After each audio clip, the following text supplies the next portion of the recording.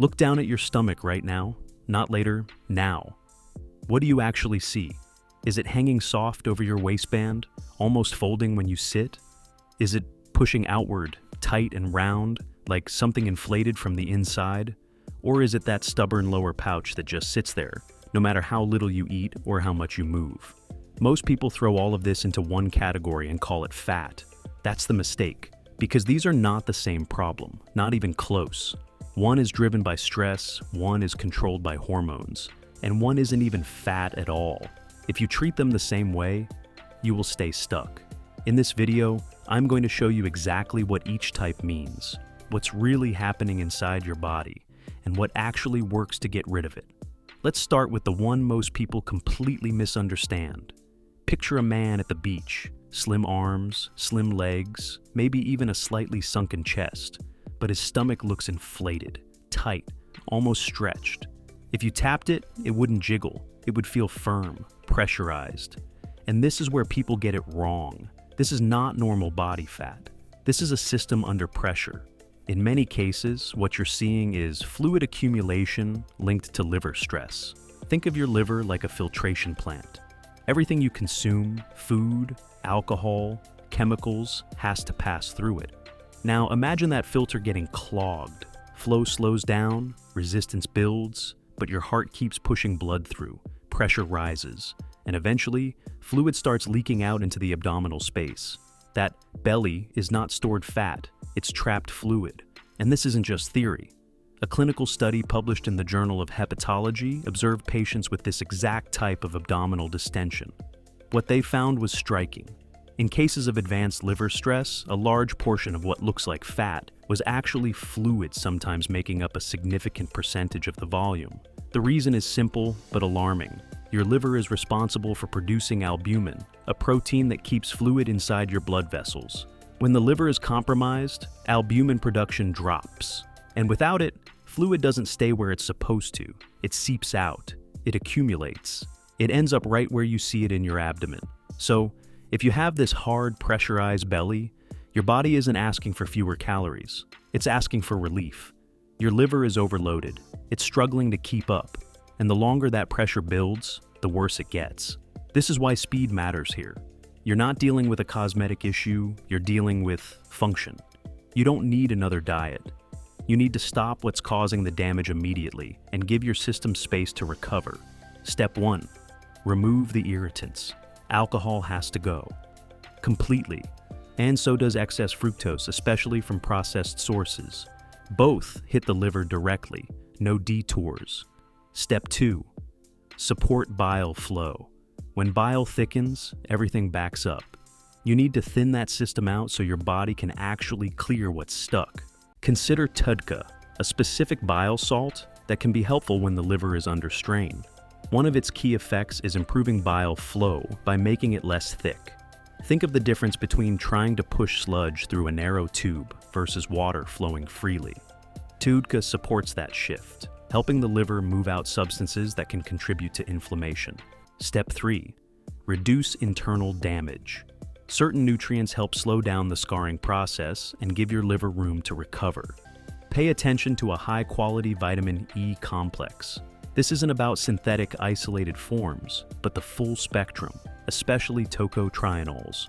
These compounds are known for their supportive role when it comes to tissue health. Research suggests they may help slow down processes linked to liver scarring by acting in a protective and stabilizing way.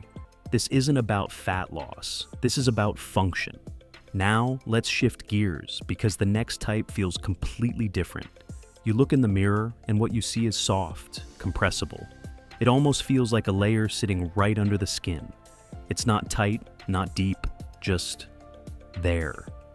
And it doesn't seem to respond, no matter what you try. This is the hormonal pattern, and it's heavily influenced by estrogen activity. And before you think this doesn't apply to you, this is not just a female issue. Modern life exposes all of us to compounds that mimic estrogen. They're in plastics, packaging, even in water. And your body doesn't know the difference. This type of fat sits just under the skin, subcutaneous fat. It's not the most dangerous, but it's the most stubborn. And here's the trap. The more of it you have, the more your body reinforces it. Fat tissue can increase estrogen signaling, and increased estrogen signaling promotes more fat storage. It feeds itself. Now, add environmental exposure on top of that. Studies have shown that the average person regularly ingests microplastics, and these compounds can act like fake hormones, binding to receptors and pushing your body further into storage mode. So, what looks like just a bit of belly fat is often your body trying to deal with something it can't properly process. To break that cycle, you have to reduce the incoming load. Stop heating food in plastic, reduce unnecessary exposure, and at the same time support how your body processes and eliminates hormones. Your hormonal shield belly is basically a storage site for toxins. Cruciferous vegetables like broccoli, Brussels sprouts, and kale contain indole-3 carbinol, which converts into DIM. DIM redirects stronger estrogen into safer pathways so it can be eliminated. Food alone is usually not enough. A concentrated supplement works better. DIM helps regulate estrogen, while calcium D-glucarate ensures it's excreted through the gut instead of being reabsorbed. At the same time, you want to slow down aromatase, the enzyme that produces excess estrogen. Instead of pharmaceuticals with side effects, these plant compounds offer a natural way to support that process. Because it's not just about neutralizing them, it's about making sure they actually leave your system instead of being recycled again and again. And now the third type, the one most people are dealing with without even realizing it. This belly doesn't just sit on top, it wraps around everything, your organs, your internal system. This is visceral fat, and it's built by two signals working together, cortisol and insulin. Your body thinks you're under constant threat, not once in a while, constantly. Deadlines, pressure, lack of sleep, constant stimulation. Same response every time. Cortisol rises. And cortisol's job is simple: keep you alive. It doesn't care how you look, it cares about survival. So it starts breaking things down to create energy quickly. And one of the fastest sources is your muscle tissue. That breakdown releases fuel into your bloodstream. But you're not running, you're sitting, so that fuel has nowhere to go. Blood sugar rises, insulin spikes, and insulin stores that excess energy right where it can around your organs, in the center of your body. You are literally breaking down muscle to build a belly, and sleep makes this worse. Even short periods of reduced sleep can significantly impair how your body handles blood sugar, while stress hormones stay elevated longer. That means more storage, less burning. So how do you reverse this? Not by pushing harder, that's the trap. High-intensity training can actually increase stress signals even more. If your system is already overloaded, it backfires. You need the opposite. Low-intensity movement like walking signals, safety to your body. And when your body feels safe, it starts releasing stored fat.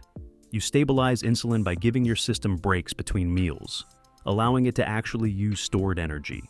And you improve recovery, because without proper sleep, none of this works. A ketogenic or low-carb paleo approach is one of the most effective strategies here. To calm the cortisol response, adaptogens can help. Ashwagandha has been shown in randomized controlled trials to reduce cortisol levels. Combined with magnesium glycinate before bed, it can improve sleep quality when much of the body's fat-burning processes take place. So now pause for a second. Which one did you recognize? Be honest. Because most people aren't just one type.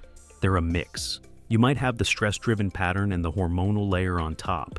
That's common. So don't try to fix everything at once. Start with the strongest signal. If stress is high, fix recovery first. If your environment is overloaded, clean that up. If your system is under pressure, remove what's causing it. And understand this: your body isn't broken. It's responding exactly as it was designed to. If this made something click for you, hit the like button so more people stop fighting the wrong battle. And tell me in the comments, what did you see when you looked down? Because once you see it clearly, you can finally change it.